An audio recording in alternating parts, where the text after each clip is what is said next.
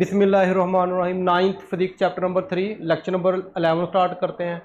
अच्छा, आज मैंने पढ़ना है ruling friction versus sliding friction. इसके अलावा ब्रेकिंग एंड स्काइडिंग भी पढ़ेंगे और advantage and disadvantage of the friction. ये तीन बातें हमने स्टडी करनी है, ठीक है। तो सबसे पहले रोलिंग फ्रिक्शन और स्लाइडिंग फ्रिक्शन में क्या डिफरेंस है वो हम देखते हैं। बोर्ड में ये सवाल अक्सर आया होता है, why the rolling friction small than sliding friction. ये मैंने साबित करना है, बोर्ड में सवाल आया हुआ है काफ़ी दफ़ा। अच्छा, लेट करो ये एक रोड है, ये हमारा क्या है, एक रोड, कोई सरफेस कह लो आप, ये सरफेस है हमारी। इस सरफेस के ऊपर मैंने रखा हुआ है कोई बॉक्स, एक मैंने क्या रखा है, बॉक्स रखा हुआ है, और जो दूसरा है मैंने रखा हुआ है एक बॉल। अब मेरा आपसे क्वेश्चन ये है कि आप बताओ कि बॉल की फ्रिक्शन ज्यादा होगी सरफेस के साथ के बॉक्स की? टायर या व्हील या सर्कल की फ्रिक्शन कम होती है। क्वेश्चन ये है कि क्यों? उसने यही तो वो तो बता दिया उसने ऊपर, देखो मैंने ऊपर पहले कह दिया, Y the rolling friction is less than the sliding friction. अच्छा, जब ये चीज घूमती है ना वो रोलिंग है, अगर कोई चीज बगैर घूमे सीधी जाए तो वो क्या है, स्लाइडिंग। अक्सर कभी आपने छोटे होते वो जो होता है स्लाइड लिए कभी, जिन्हें कीफिया कहते हैं, तो वो जो स्लाइड लेते हो आप, क्या उसके अंदर घूम के जाते हो नीचे? बिल्कुल सीधा जाते हो, स्लाइड लेते हो, उसे बोलते हैं इसलिए स्लाइड बोलते हैं। उसके अंदर रोलिंग नहीं होती। अगर आप घूम के जाते तो वो रोलिंग था, आप स्लाइड लेते हो वहां पे। अब कहता है स्लाइडिंग फ्रिक्शन ज्यादा होती है और जो घूम के जो जाता है उसकी फ्रिक्शन है। अब क्वेश्चन पैदा होता है क्यों, ऐसा क्यों है? कोई बता सकता है आप में से? मास दोनों का सेम है या हुजम, वॉल्यूम? वॉल्यूम के बारे में कुछ कह सकते हैं? हाँ जी, कोई बता सकता है आप में से?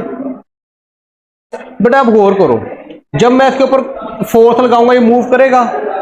अब हमने चेक करना है किसकी फ्रिक्शन ज्यादा है। हमने देखना किसकी, मैं कह रहा हूं जो बॉक्स है उसकी फ्रिक्शन ज्यादा है और आपकी जो सर्कल या व्हील या टायर है उसकी फ्रिक्शन सवाल पे आता है रीजन क्या है। अगर आप गौर करो, ये जो आपका बॉक्स है, ये देखो इसकी जो सरफेस है, ये यहां से लेके यहां तक एरिया, ये आपका इतना एरिया जो है, ये देखो ये इतना जो एरिया है, ये एरिया उसके सरफेस के साथ टच कर रहा है, इतना एरिया सरफेस के साथ। तो अगर आप अपना पूरा हैंड दूसरे हैंड पे टच करते हो पूरा का पूरा, तो यहां पे फ्रिक्शन ज्यादा है, आप फील करो रुकावट ज्यादा है। लेकिन आप सिर्फ फिंगर को अगर टच करो, सिर्फ एक फिंगर का सिर्फ एक साइड को टच करो, तो वहां पे फ्रिक्शन है। इसका मतलब जब एरिया ज्यादा टच करता है, आपका जो आप बोलते हैं कूल्ड वेल्ड, जिसे बोलते थे, क्या बोलते थे, कूल्ड वेल्ड, अगर ज्यादा होगा, कॉन्टैक्ट जो कॉन्टैक्ट होता है बिटवीन द टू सरफेस, अगर वो ज्यादा होगा तो फ्रिक्शन भी ज्यादा होगी। इसके मुकाबले में देखो ये जो टायर है, इसका सिर्फ और सिर्फ इतना सा पार्ट, वो क्या हो रहा है, वो टच कर रहा है किसको, सरफेस को। तो लाजमी जब थोड़ा सरफेस को टच करेगा तो फ्रिक्शन भी, जितना सरफेस टच करेगा उतनी फ्रिक्शन पैदा होगी। अगर कम सरफेस टच कर रहा है तो फ्रिक्शन भी कम होगी। अगर सरफेस ज्यादा टच कर रहा है, कोल्ड वेल्ड अगर ज्यादा है, तो क्या होगा, आपकी फ्रिक्शन भी ज्यादा है। यानी कोल्ड वेल्ड का मतलब दो सरफेस का आपस में एरिया कितना टच हो रहा है। और जब कोई चीज रूल करती है, रूलिंग करती है, घूमती है, तो उसका सिर्फ एक पॉइंट, सिर्फ एक पॉइंट जो होता है वो जमीन के साथ टच कर रहा होता है। इसी वजह से देखो जितनी भी गाड़ियां हैं वो सारी की सारी वो व्हीलर्स होती हैं, उनके जो पहिए होते हैं व्हील टाइप होते हैं, गोल होते हैं, उनका सिर्फ एक सिरा टच करता है। अगर पूरा का पूरा टच करता, जिस तरह ये बॉक्स बनाया है, कभी टायर देखा बॉक्स जैसा हो? क्यों नहीं होता? क्योंकि फ्रिक्शन ज्यादा होगी, उसको चलाने के लिए आपको ज्यादा एनर्जी रिक्वायर्ड होगी। पहले तो वो चलेगा बहुत कम, दूसरे नंबर पे चलाने के लिए एनर्जी ज्यादा चाहिए। आगे बात समझ यहां तक? तो आपने लिखना क्या है, आपने लिखनी, ये सारी बातें इसके अंदर लिखनी है, इसकी रीजन के अंदर। व्हेन द एक्सल, कहता है जब आप व्हील को पुश करते हो तो फोर्स ऑफ फ्रिक्शन जो होती है किसके दरमियान, व्हील और सरफेस के दरमियान, ग्राउंड के दरमियान, वो कॉन्टैक्ट जो होता है पॉइंट उसका, वो वहां पे एक रिएक्शन फोर्स लगती है। आपको पता है ना कि इसका वेट नीचे की जानिब, रिएक्शन फोर्स ऊपर की जानिब, और वो कॉन्टैक्ट एरिया बहुत ही कम है, कॉन्टैक्ट एरिया बहुत ही कम है। इसकी निस्बत अगर आप देखो, reaction force it act the contact point of the wheel is a direction opposite to the applied force. ये तो पहले बातें मैं समझा चुका हूं आपको। कहता है इसकी निस्बत अगर आप बॉक्स को देखो, बॉक्स का कॉन्टैक्ट एरिया ज्यादा होता है, इस वजह से उसके अंदर फ्रिक्शन ज्यादा है, और जो रोलिंग फ्रिक्शन है वो कम है। क्लियर होगी बात यहां तक।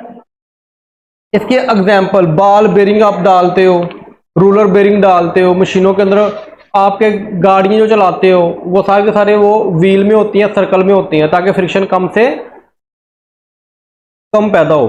अच्छा, इसके अलावा अब एक चीज, एक और डिफरेंस देखो, गाड़ी का जो पहिया वो घूम रहा है, साइकिल चलाते हो आप, जब साइकिल या मोटरसाइकिल चलाते हो पहिया घूम रहा होता है, तो उस वक्त जो फ्रिक्शन पैदा हो रही है उसको हम क्या कहेंगे, रोलिंग फ्रिक्शन कहेंगे, स्लाइडिंग फ्रिक्शन कहेंगे। रोलिंग, क्या रोल कर रहा है, रोल का मतलब घूम रहा है, ये बात को समझना। अच्छा, आपने ब्रेक लगाई, आपने क्या लगाई, ब्रेक लगाने से पहिया घूमेगा नहीं, पहिया रुक गया, लेकिन गाड़ी फिर भी आगे जा रही है, और उस वक्त गाड़ी के पहिए और सरफेस के दरमियान में एक फ्रिक्शन पैदा हो रही है, उस फ्रिक्शन को हम क्या कहेंगे, स्लाइडिंग फ्रिक्शन कहेंगे। जब पहिया नहीं घूम रहा, ब्रेक लगा दिया, तो उस वक्त जो फ्रिक्शन पैदा हो रही है उसको हम क्या बोलेंगे, स्लाइडिंग फ्रिक्शन बोलेंगे, उसको हम रोलिंग फ्रिक्शन नहीं बोलेंगे। हाँ जी, टायर स्लिप होगा जिसे आप कहते हो, बिल्कुल। तो स्लाइडिंग और रोलिंग में समझ आ गया डिफरेंस। और अहम बात कौन सी है, याद रखना है कि रोलिंग फ्रिक्शन ज्यादा होती है और स्लाइडिंग। अच्छा, डिसएडवांटेज देखो, friction is undesirable when moving at high speed, become it oppose the motion and limits the speed of moving objects। कहते जब आप स्पीड से जा रहे होते हो तो एयर की जो गाड़ी होती है, एयर की रेजिस्टेंस भी उतनी ज्यादा लगती है। अगर कम स्पीड से जा रहे हो, एयर की रेजिस्टेंस कम होती है, ज्यादा स्पीड से जाओ तो एयर की ऑपोजिशन जो चल रही होती है उसकी स्पीड भी हमें ज्यादा लगती है, जिससे हमारी स्पीड कम हो जाती है, जिससे हमारी स्पीड कम हो जाती है। ठीक है, एयर रेजिस्टेंस की वजह से। अब देखो, पत्थर या आपका वो क्या कहते हैं, कोई पेज है, आप उसको फेंकते हो तो पत्थर क्या होगा, वो जल्दी गिर जाएगा क्योंकि उसके ऊपर एयर रेजिस्टेंस जो है वो कम असर करेगी, लेकिन पेज के ऊपर ज्यादा करेगी, इस वजह से वो फिर रुक रुक के आएगा। आगे बात समझ यहां तक। तो याद रखना, जहां पे स्पीड हम ज्यादा करते हैं वहां पे रेजिस्टेंस भी ज्यादा हो जाती है, ये हमें नुकसान पहुंचाती है, यानी हमारी स्पीड कम कर देगी। क्लियर होगी बात यहां तक। दूसरा, most of our useful energy is lost at heat and sound due to the friction between the various moving parts of the machine. अच्छा, अब मशीन में जो मुख्तलिफ चीज, जो पार्ट्स हैं मशीन के, रगड़ खाते हैं, ये जो इंडस्ट्री लगी होती है वहां पे कितनी आवाजें आ रही होती हैं, और वहां पे एनर्जी भी पैदा हो रही होती है। जब मशीनें आपस में रगड़ खाती हैं तो क्या होता है, वो वहां पे क्या पैदा करती हैं, फ्रिक्शन पैदा कर रही होती हैं, और वहां से आवाज भी पैदा हो रही है और एनर्जी भी पैदा हो रही है। अब दो मशीनें आपस में जब फ्रिक्शन पैदा करती हैं तो वो गर्म हो जाती हैं बहुत ज्यादा, इसका मतलब हमारी एनर्जी लॉस हो रही है, किस फॉर्म में, हीट की फॉर्म में, और दूसरी कौन सी, साउंड की फॉर्म में। साउंड फॉर्म में भी हमारी एनर्जी लॉस हो रही है और हीट फॉर्म में भी। जिस तरह एक एग्जांपल है, जिस तरह ये तो आपको पता ही है, जो आपकी माचिस होती है, जब आप उसको फ्रिक्शन करते हो तो वहां पे क्या पैदा होती है, हीट, और लाइट भी पैदा होती है। तो इसका मतलब वो फ्रिक्शन की वजह से पैदा हो रही है, ये उसकी बहुत बड़ी एग्जांपल है। इस तरह जब मशीन के मुख्तलिफ पुर्जे या पार्ट्स आपस में क्या कहते हैं, फ्रिक्शन करते हैं, तो क्या होती है, वहां पे उनकी एनर्जी लॉस होती है in the form of sound और हीट। हीट या साउंड की शक्ल में वो लूज होती है। तीसरा point, in machine friction also causes wear and tear of their moving parts. कहता है कि जब मशीनें आपस में रगड़ खाती हैं तो अक्सर देखते हैं मशीनें खराब हो जाती हैं, टूट जाती हैं, ठीक है, या वहां से वो टेयर फट जाती हैं, ठीक है। तो इसका मतलब फ्रिक्शन की वजह से चीजें क्या हो रही हैं, खराब हो जाती हैं, टूट जाती हैं, उनके पार्ट्स खराब हो जाते हैं। जिस तरह ये अगर अब बॉक्स जब आगे को मूव करेगा तो रास्ते में इनके जो पार्टिकल्स हैं वो अपनी पोजीशन छोड़ देंगे और वो टूट जाएंगे। क्लियर होगी बात यहां तक?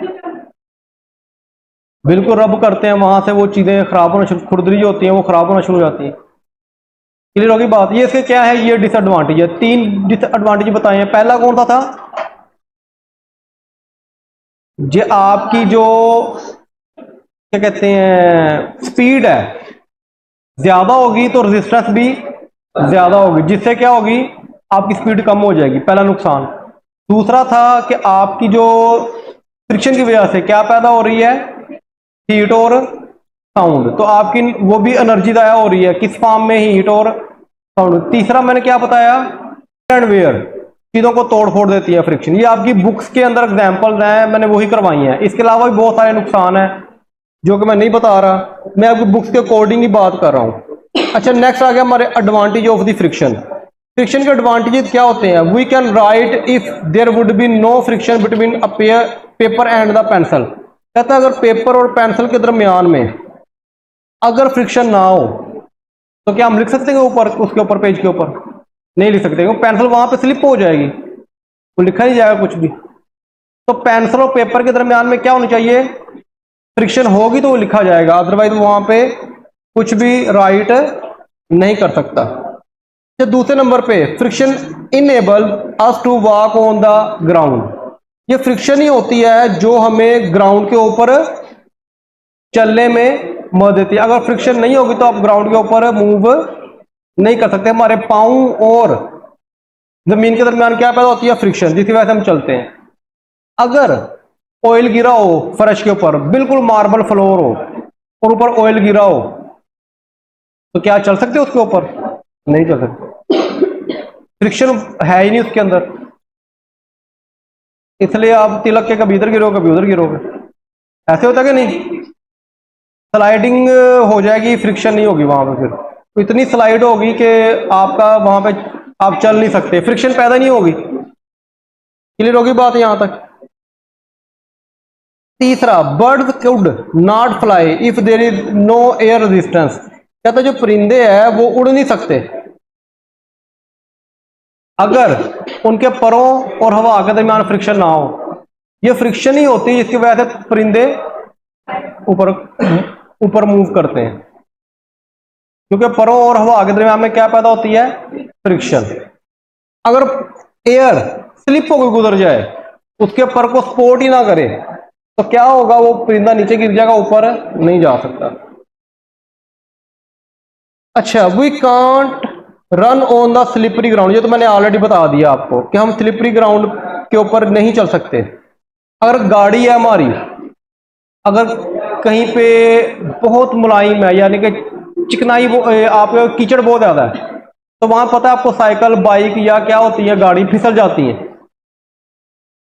वो खाई में गिर सकती हैं, वैसे कोई एक्सीडेंट हो सकता है। क्यों होता है कि वो ब्रेक लगाते हो लगती नहीं है। वजह क्या होती है, टायर और रोड के दरमियान में क्या होता है, फ्रिक्शन पैदा। ये फ्रिक्शन पैदा नहीं होगी तो गाड़ी के अंदर कोई भी रेजिस्टेंस नहीं आएगी। हाँ जी, लैंड स्लाइडिंग भी यही चीज होती है, फ्रिक्शन पैदा हो जाती है, फ्रिक्शन खत्म हो जाती है सॉरी उसके दरमियान। तो ये आगे बता दिया उसने कि ब्रेक लगाओगे वो अप्लाई नहीं होगी, तो क्या होगा कि आपके गिरने के या एक्सीडेंट के चांसेस ज्यादा हो जाएंगे और नुकसान पहुंचेगा।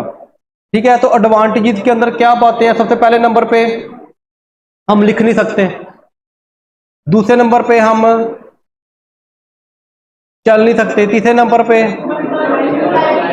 बर्ड फ्लाई नहीं कर सकते, चौथे नंबर पे अगर स्लिपरी ग्राउंड हो तो हम चल नहीं सकते, और गाड़ियां अगर ब्रेक भी लगाएं स्लिपरी ग्राउंड के ऊपर, स्लिपरी प्लेस के ऊपर, तो वो फ्रिक्शन पैदा नहीं होगी, तो डेंजरस एक्सीडेंट हो सकते हैं, डेंजरस एक्सीडेंट हो सकते हैं। क्लियर होगी। Thank you for watching.